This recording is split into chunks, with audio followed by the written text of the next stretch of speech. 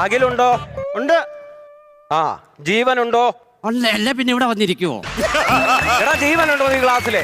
ഇല്ല, അവൻ ടൂറ് പോയി. ടൂറിന് പോയി. ജീവന്റെ അച്ഛൻ എങ്ങനുണ്ട്? ജീവൻ അച്ഛൻ എന്തോ പറ്റി? ഒന്നും പറ്റിയില്ലേ? ഇല്ല.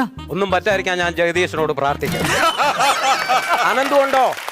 പ്രസന്ന സാർ. നിന്നോട് നേരത്തെ ഞാൻ പറഞ്ഞിട്ടുണ്ട് അത് ശരിയാക്കണം. Present sir. ആ സഞ്ചിത. എന്തെങ്കിലും ഇട്ടോണ്ട് പോകാനാണോ? എടാ ഈ ക്ലാസ്സിലെ സഞ്ചിതയുണ്ടോ? സഞ്ചിത? ആ സഞ്ചിയല്ല. ആ അതും ടൂറ് പോയി കൊടുത്തില്ല. ആണോ?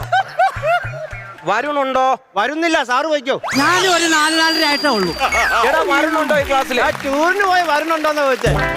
അന്ന് അത് പറയണം.